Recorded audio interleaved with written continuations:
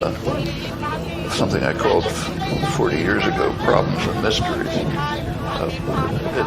It's problems, meaning by that a distinction between matters that we are in principle capable of understanding. We may not understand them, but they fall within our cognitive reach. You can imagine how we might understand them. Those are problems. Mysteries simply fall beyond our cognitive reach. And those are quite deep-seated, right in the physical sciences. They're not recognized enough, but if you look over the history of the physical sciences, and then when you get to the social sciences, this magnifies beyond the discussion. But at the core of the physical sciences, the hard physical sciences, there are mysteries for humans which are tacitly understood to be beyond the level of understanding, human understanding. There's classic moments of this. You take the early modern scientific revolution, which began basically with Galileo and his contemporaries, early 17th century. They wanted to overcome neo-scholastic mysticism going back to with its Aristotelian origins. They were confronting a scientific world in which explanations were given in terms of what were called occult forces, sympathies, antipathies, things that fall to the ground because that's their natural place, so on and so forth. They wanted to give Galileo and others wanted to give real explanations. And they had a concept of explanation, of intelligibility, namely, there had to be a mechanical explanation.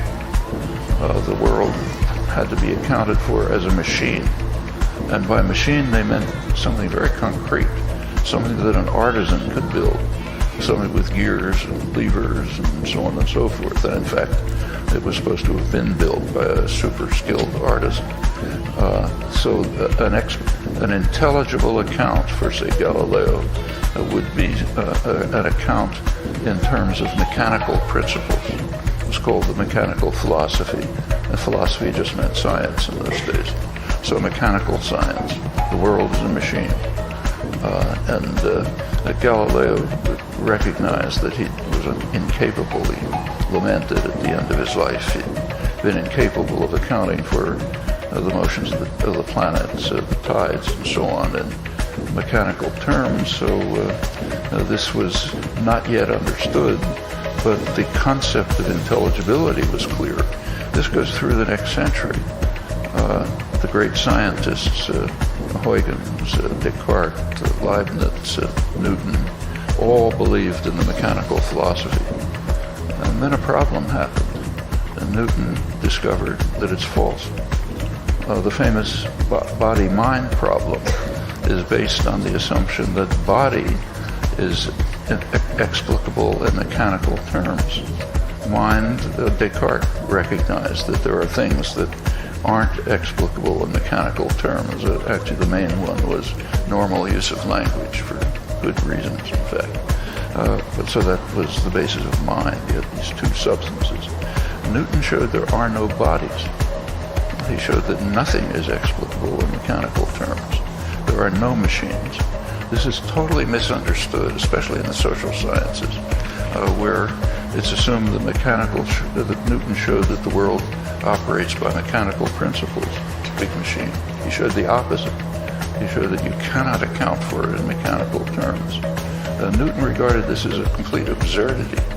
He said no person with any scientific intelligence could accept this, and he spent the rest of his life trying to overcome it. He had various... the problem was, how can you account for action at a distance, interaction without contact? So how can it be that if I move my hand, I move the moon? There's no contact. That's the mystical force. But he was correct. It was an absurdity, but it was true. And it points to something that goes beyond the level of human intelligence.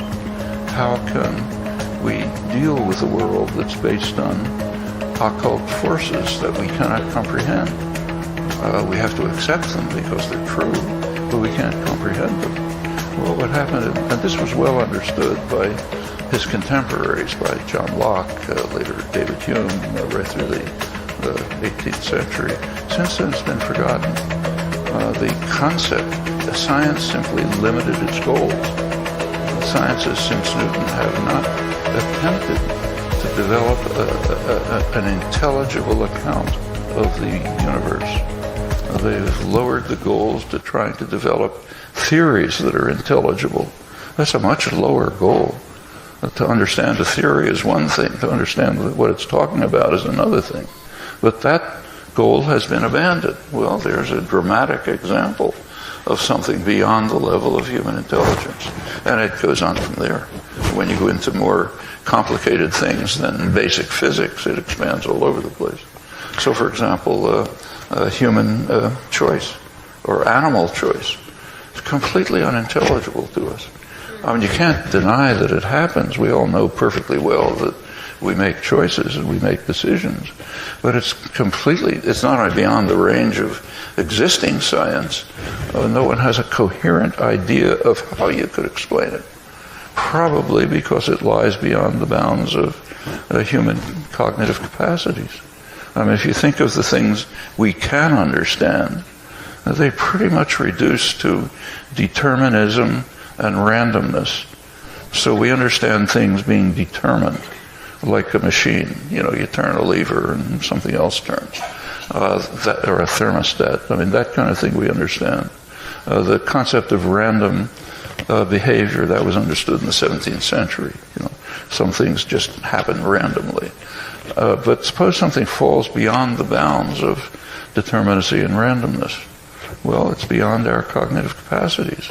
And that's what will and choice seem to be like.